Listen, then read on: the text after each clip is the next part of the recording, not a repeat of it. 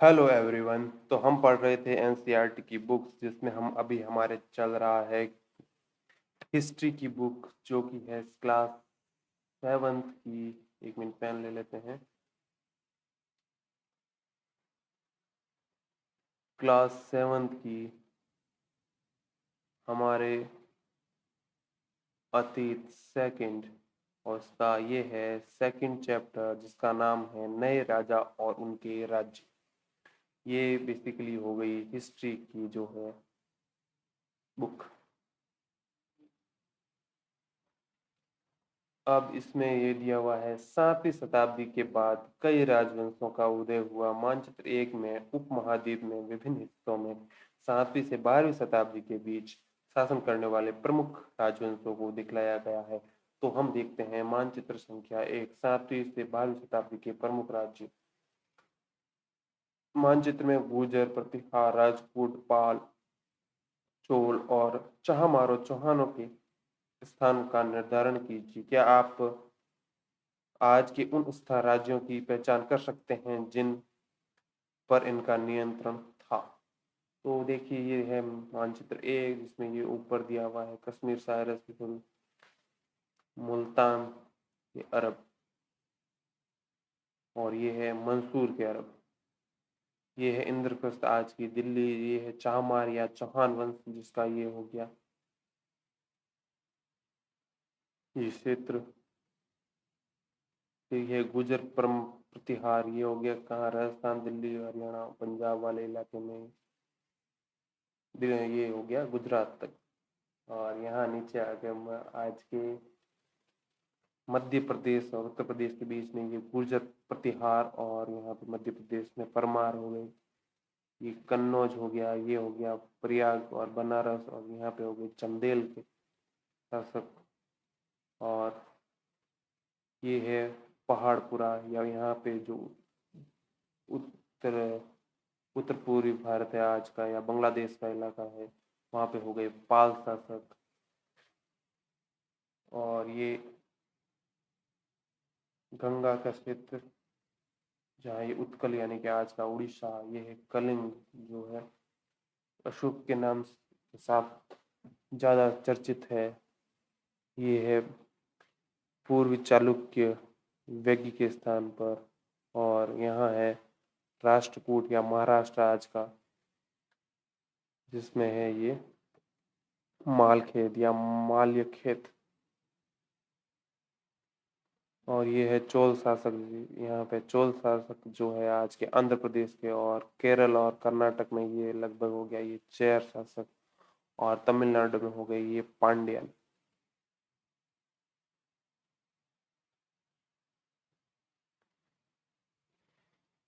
नए राजवंशों का उदय, 7वीं सदी आते आते उपमहाद्वीप के विभिन्न भागों में बड़े भूस्वामी और योद्धा सरदार अस्तित्व में आ चुके थे। राजा लोग प्राय उन्हें अपने मात मातहत या सामंत के रूप में मान्यता देते थे। इनसे उम्मीद की जाती थी कि वे राजा या स्वामी के लिए उपहार लाए। अनेक दरबारी दरबार में हाजिर लगाएं और उनके दरबार में हाजिर लगाएं और उन्हें सैन्य सहायता प्रदान करें। अधिक सत्ता और संपदा हासिल करने पर सामंत अपने आप को महासामंत, महामंडलेश्वर, पूरे मंडल का महान स्वामी इत्यादि घोषित कर लेते थे। कभी कभी वे अपने स्वामी के आधिपत्य से स्वतंत्र हो जाने का दावा भी करते थे। इस तरह आप एक उदाहरण दक्खन के राष्ट्रकूटों का था। शुरुआत में वे कर्नाटक के चालुक्य महाराजाओं राजाओं के अधीनस्थ थे। 8वीं सदी के मध्य में एक राष्ट्रकूट प्रधान दंती दुर्ग के अपने चालुक्य स्वामी की अधीनता से इनकार कर दिया, उसे हराया, और हिरण्यगर्भ, शाब्दिक अर्थ सोने का गर्भ, नामक एक अनुष्ठान किया। जब यह अनुष्ठान ब्राह्मणों की सहायता से संपन्न किया जाता था, तो ये माना जाता था कि इससे याजक जन्मता क्षत्रिय न होते हुए भी क्षत्रिय के रूप में दोबारा क्षत्रियत्व प्राप्त कर लेगा। ये चित्र में दिया हुआ है एलोरा की गुफा 15 का भित्ति चित्र, जिसमें विष्णु और नरसिंह अर्थात पुरुष सिंह के रूप में दिखलाया गया है। यह राष्ट्रकूट काल की कृति है।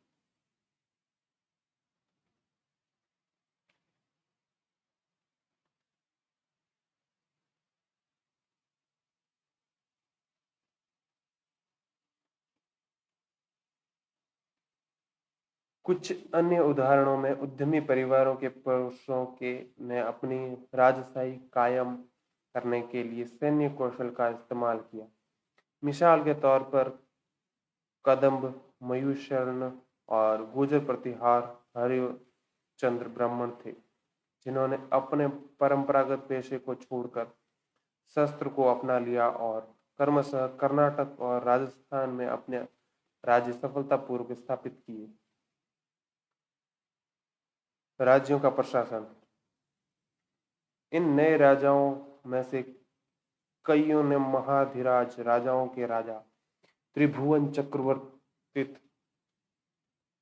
तीन भुवनों का स्वामी और इसी तरह की अन्य भारी भरकम उपाधियां धारण की, लेकिन इस तरह के दावों के बावजूद वे अपने सामंतों और साथ साथ किसानों, व्यापारियों, ब्राह्मणों और संगठनों के साथ अपने सत्ता की साझेदारी करते थे।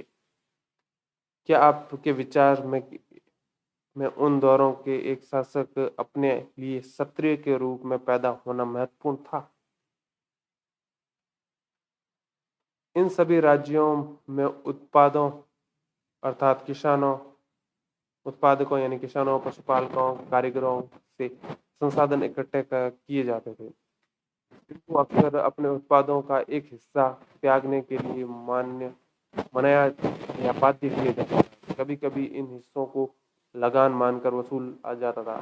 प्राप्त करने वाला भूस्वामी होने का दावा करता था। राजस्व व्यापारियों से भी लिया जाता था। 400 कर। तमिलनाडु के शासन करने वाले चोल वंश के अभिलेख में विभिन्न किस्म के करों के लिए 400 से ज्यादा सूचक शब्द मिलते हैं। उदाहरण सबसे अधिक उत्कलित कर है वेठी, जो नकद की बजाय जबरन श्रम के रूप में लिया जाता था, यानी जबरन श्रम, और कदमाई यानी कि भू राजस्व थे। मकान पर छाजन डालने पर लगने वाला कर, खजूर का ताड़ के पेड़ पर चढ़ने के लिए सीढ़ी के इस्तेमाल पर लगने वाला कर, व्यापारिक संपत्ति का उत्तराधिकारी हासिल करने के लिए लगने वाला कर इत्यादि का भी उल्लेख मिलता है। क्या आप इनमें से कोई कर वसूले जाते हैं? क्या आज इसमें कोई कर वसूले जाते हैं? प्रशासन का यह रूप आज की व्यवस्था में किन मायनों से भिन्न है? ये संसाधन राजा की व्यवस्था की वित्तीय आधार बनते थे, साथ ही मंदिरों और दुर्गों के निर्माण में भी इस्तेमाल होते थे। संसाधन उन युद्धों को लड़ने में इस्तेमाल होते थे जिनसे लूट की शक्ल में धन मिलने की या तथा जमीन और व्यापारिक मार्गों के प्रयोग की संभावनाएं बनती थी। राजस्व वसूली के लिए पदाधिकारियों की नियुक्ति सामान्यतः प्रभावशाली परिवारों के बीच में ही की जाती थी। प्राय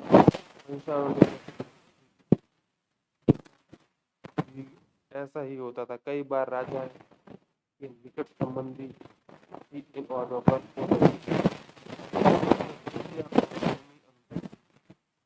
प्रशस्तियों में ऐसे ब्यौरे होते हैं जो शब्द सह सत्य नहीं भी हो सकते हैं, लेकिन ये प्रशस्तियां हमें बताती हैं कि शासक खुद को कैसा दर्शाता है।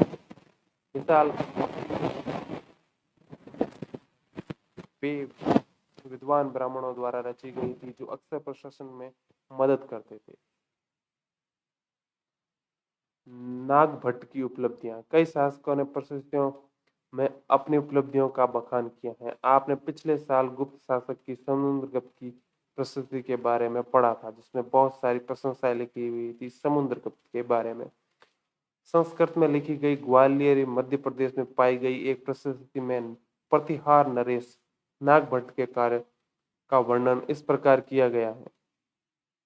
आंध्र, सैंधव, सिंध, विदर्भ, महाराष्ट्र का एक हिस्सा और कलिंग उड़ीसा का एक हिस्सा के राजा उनके आगे तभी धराशायी हो गए जब वे राजकुमार थे। उन्होंने कन्नौज के शासक चक्र युद्ध को विजयी किया, जिन्होंने बंगाल का हिस्सा, अंतर गुजरात का हिस्सा, मालवा मध्य प्रदेश का हिस्सा, किरात वनवासी तुर्क वत्स्य मत्स्य दोनों का उत्तर भारत के राज्य राजाओं को पराजित किया। इस अभिलेख में उत्खलित इलाकों में से कुछ को मानचित्र 1 में आप ढूंढने का कोशिश कर सकते हैं। दूसरे राजाओं ने भी इसी तरह के दावों किए थे। आपके विचार से ऐसे दावों उन्होंने क्यों किए होंगे? राजा लोग प्राय ब्राह्मणों को भूमि अनुदान से पुरस्कृत करते थे। वे ताम्र पत्रों पर अभिलेखित होते थे जो भूमि पाने वालों के लिए जाते थे। चित्र 2, ये तोड़ा संस्कृत और तोड़ा तमिल में लिखा हुआ ताम्र पत्रों का एक संकलन जिसमें 9वीं सदी में एक दान का उल्लेख है। जिन कड़ियों में ये पत्र जुड़े हैं इस पर राजसी मोहर लगी हैं जो ये बताने के लिए हैं कि ये प्रमाणिक दस्तावेज हैं। भूमि के साथ क्या क्या दिखा दिया जाता था? ये चोल के द्वारा दी गए एक भूमि अनुदान के तमिल भाग का एक अंश है। हमने मिट्टी की मेड़े बनाकर साथ ही कांटेदार झाड़ियां लगाकर भूमि की सीमाओं को चिन्हित कर दिया है।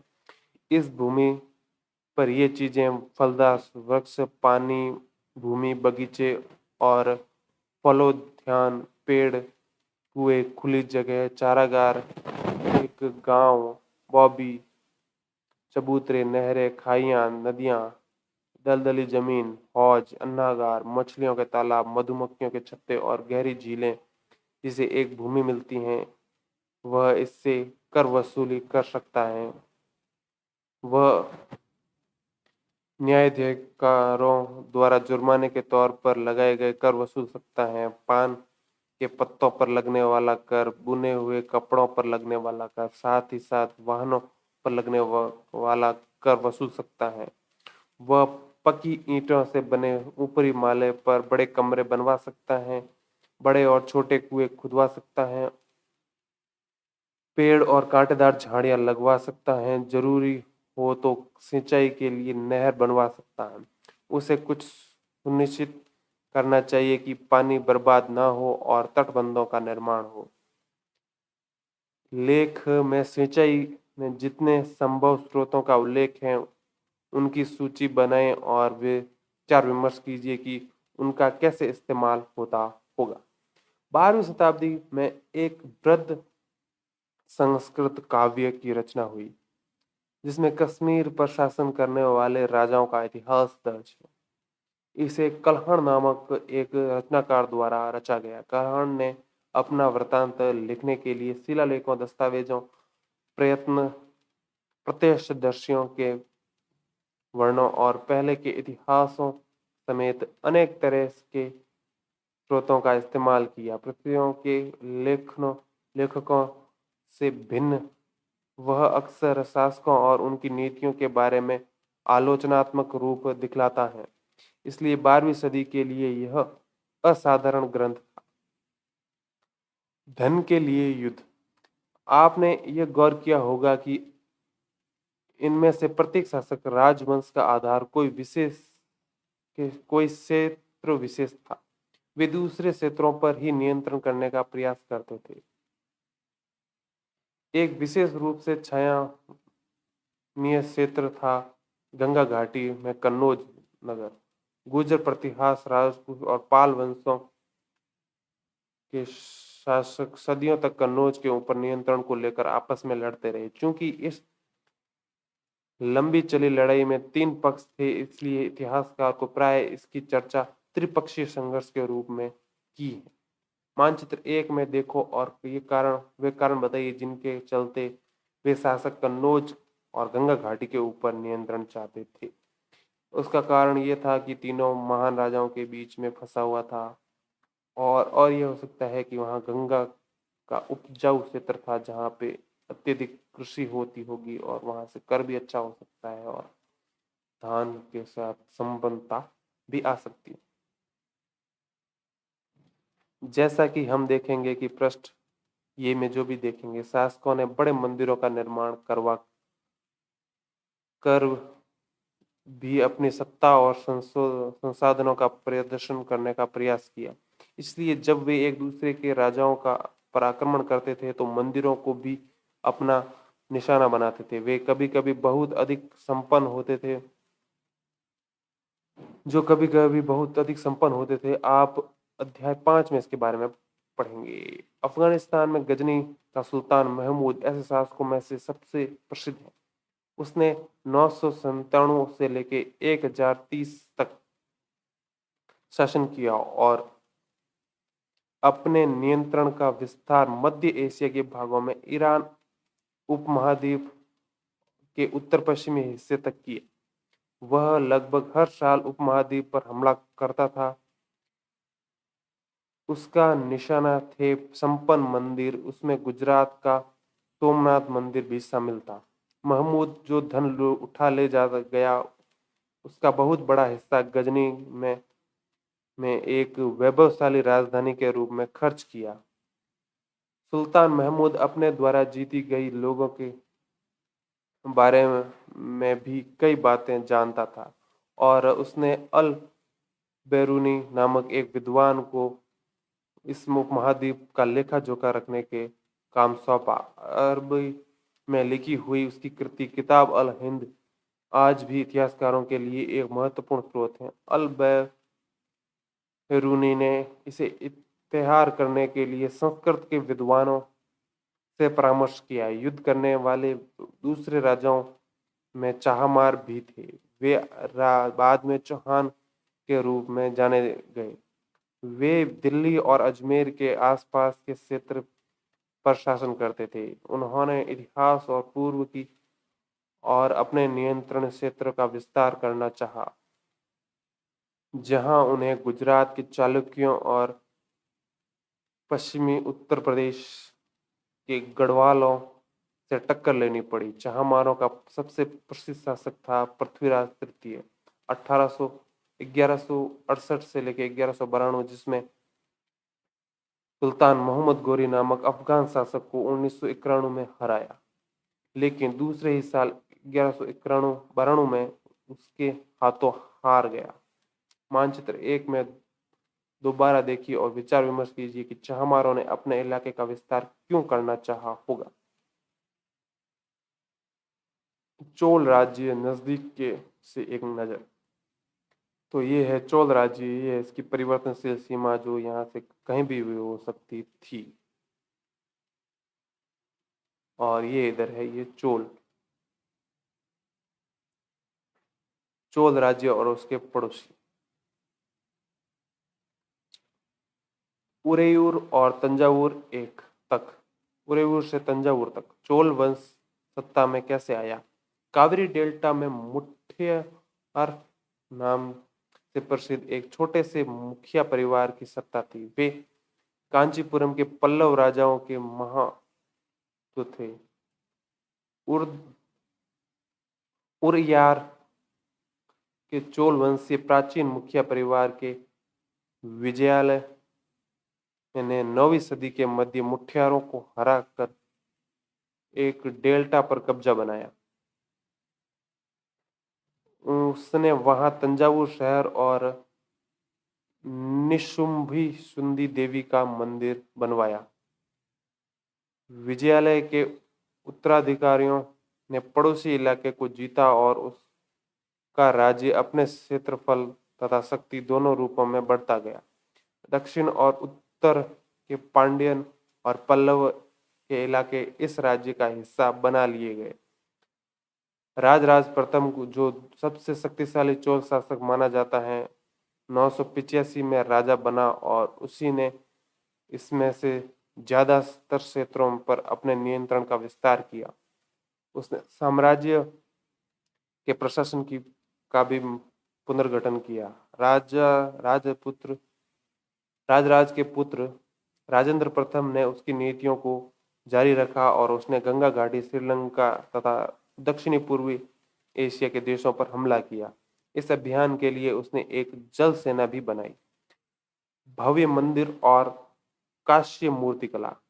राजराज और राजेंद्र प्रथम द्वारा बनाए गए तंजावुर और गंगगोई कोलचुंडपुरम के बड़े मंदिर स्थापत्य और मूर्तिकला की दृष्टि से एक चमत्कार थे। चोल मंदिर अक्सर अपने आसपास विकसित होने वाली बस्तियों के केंद्र बन गए। वे शिल्प उत्पादन के केंद्र थे। वे मंदिर शासकों और अन्य लोगों द्वारा भी दी गई भूमि से भी संपन्न हो गए।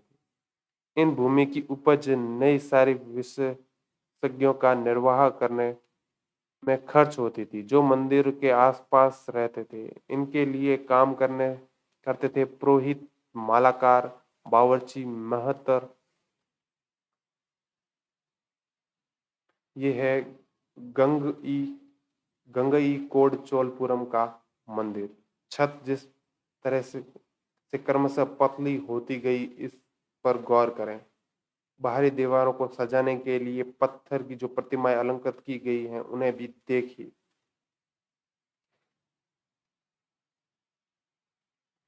संगीतकार, नृत्यक आदि। दूसरे शब्दों में मंदिर सिर्फ पूजा आराधना के लिए नहीं थे, वे आर्थिक, सामाजिक सांस्कृतिक जीवन के केंद्र भी थे। मंदिर के साथ जुड़े हुए शिल्पों में सबसे विशिष्ट था कांस्य प्रतिमा बनने का काम। चोल कांस्य प्रतिमा संसार की सबसे उत्कृष्ट कांस्य प्रतिमाओं में गिनी जाती है। ज्यादातर प्रतिमाओं को देवी देवताओं की ही होती थी, लेकिन कुछ प्रतिमाएं भक्तों की भी बनाई जाती थी। कृषि और सिंचाई। चोलों की कई उपलब्धियां कृषि में हुई नई विकासों के माध्यम से संभव है। मानचित्र 2 में देखिए, गौर कीजिए कि कावेरी नदी बंगाल की खाड़ी में मिलने से पहले कई छोटी छोटी शाखाओं में बढ़ जाती है। ये शाखाएं बार बार पानी उलीचती हैं, जिससे किनारों पर उपजाऊ मिट्टी जमा होती रहती है। शाखाओं का पानी कृषि, विशेषतः चावल की खेती के लिए आवश्यक आर्द्रता की मुहैया कराता है। हालांकि तमिलनाडु के दूसरे हिस्से में कृषि पहले की विकसित हो चुकी थी, पर 5वीं या 6वीं सदी में आकर ही इस इलाके में बड़े पैमाने में खेती शुरू हो पाई। कुछ इलाकों में जंगलों को साफ किया जाना था और कुछ दूसरे इलाकों में जमीन के समतल किया जाना था।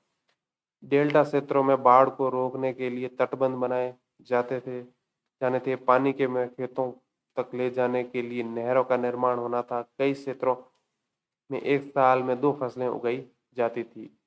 ये है चित्र एक चोल कांस्य प्रतिमा, जिस कितनी सावधानी के साथ इसे अलंकृत किया गया है, इस पर गौर कीजिए। ऐसी प्रतिमाएं किस तरह बनाई जाती थी, ये जानने के लिए आप अध्याय 6 देख सकते हैं। इसके बारे में हम अध्याय 6 में पढ़ेंगे। तो ये आगे एक और चित्र दिया हुआ है। 9वीं शताब्दी में तमिलनाडु का एक जल द्वार।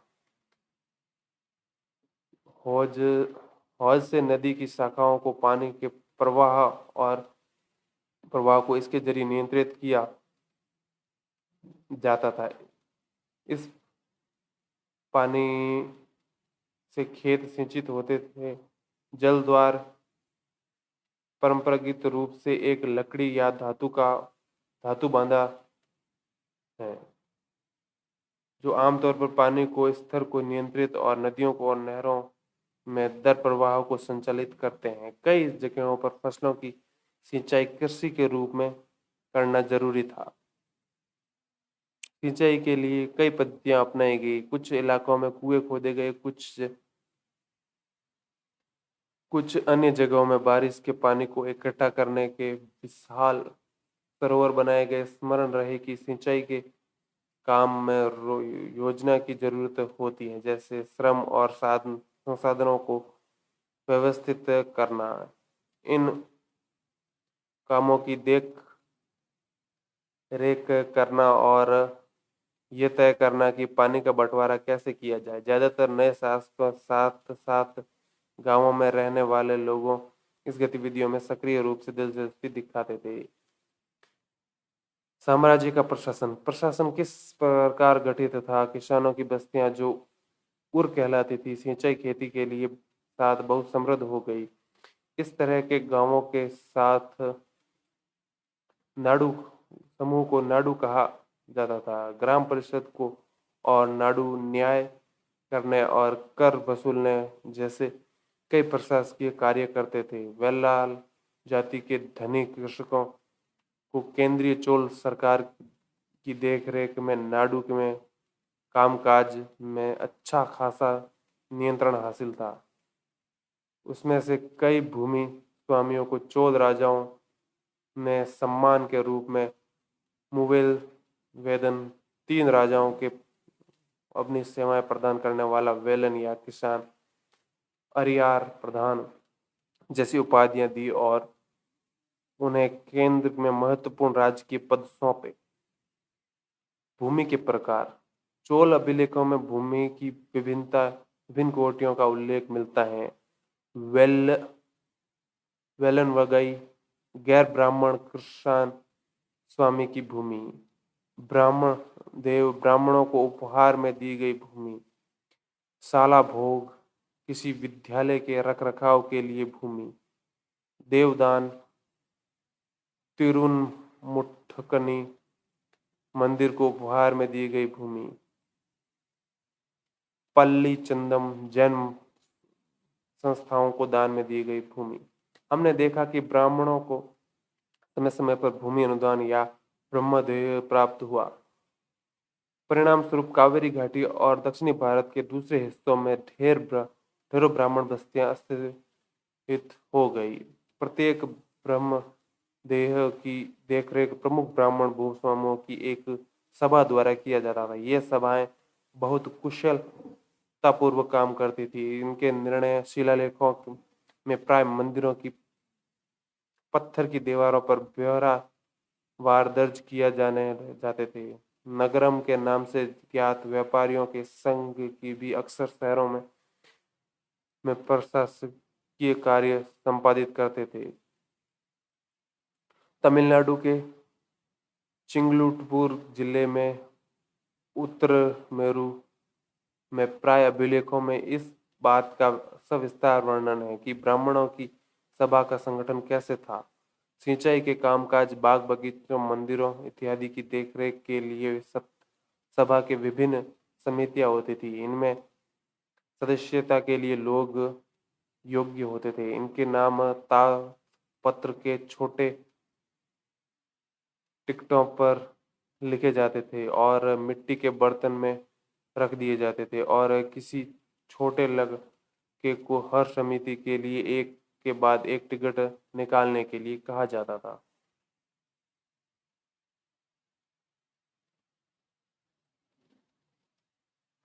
अभिलेख और लिपिक सामग्री।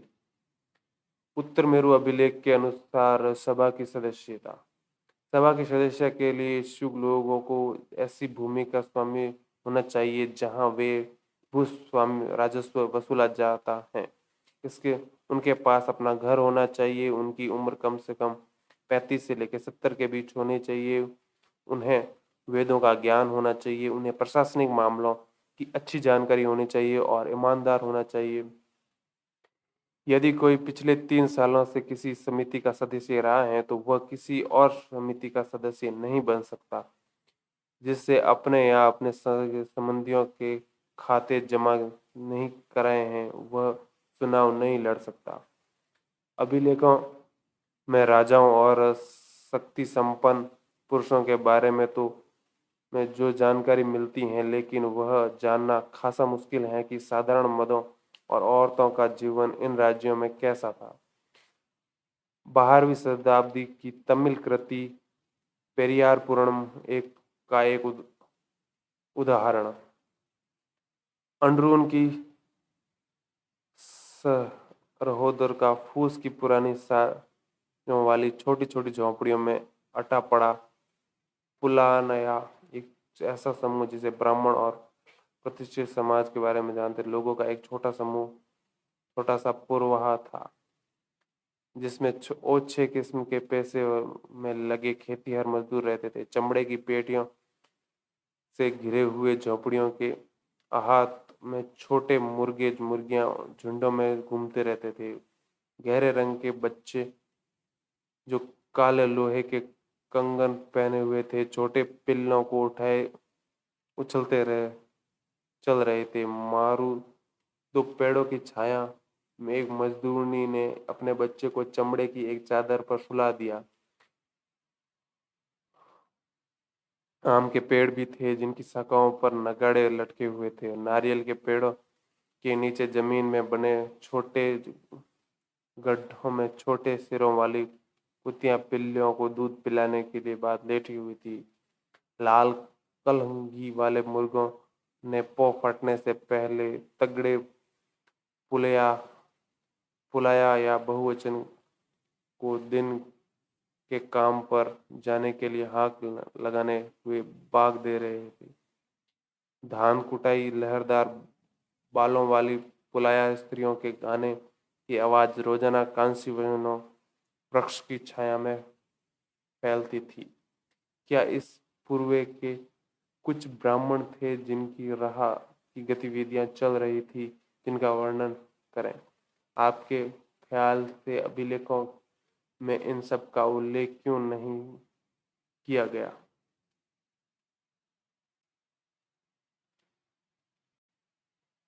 ये है तांग वंश के युग का चीन।